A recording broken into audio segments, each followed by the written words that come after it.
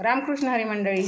तर आज आहे सोमवार आणि आज आमच्या सोमवारची स्वामी समर्थांच्या केंद्रातली आरती असते. तर आरतीचा आजचा नैवेद्य हा माझा आहे.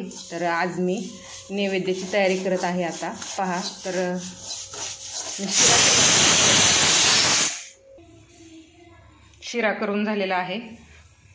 नाचणीची पापडी तळून घेत आहे.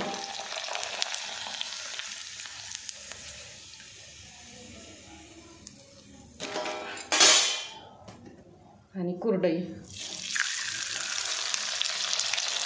कुरडई तळून घेतली आहे.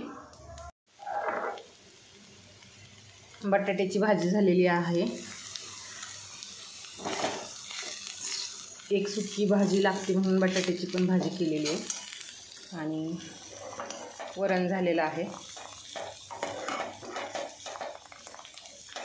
आता मी पनीरच्या भाजीचा मसाला परतत आहे. तर मसाल्यासाठी मी घेतले खोबरं, टॅमॅटो आणि भाजीला नॅचरल लाल रंग यावा म्हणून बिटाचे थोडे तुकडे, काजू, आलं, लसूण, कढीपत्ता आणि कांदा आणि बेसन हे आपल्याला नंतर परतताना टाकायचं आहे. तर मी हा मसाला सगळा एकदमच परतून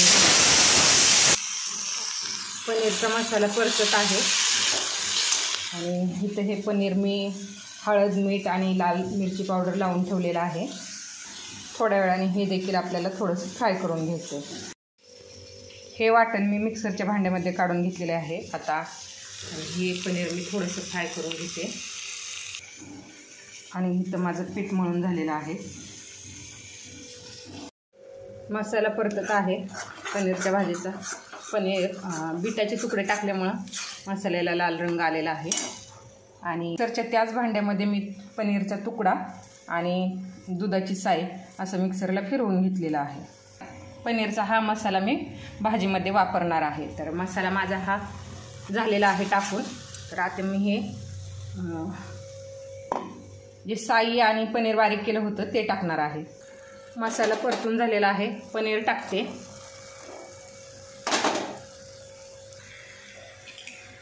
मस्त वास येत आहे.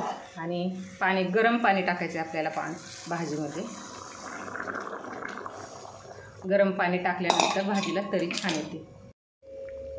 पनीरची भाजी झालेली आहे. बघा कशी छान दिसते ती. आणि चपात्या चालू आहेत माझ्या आता.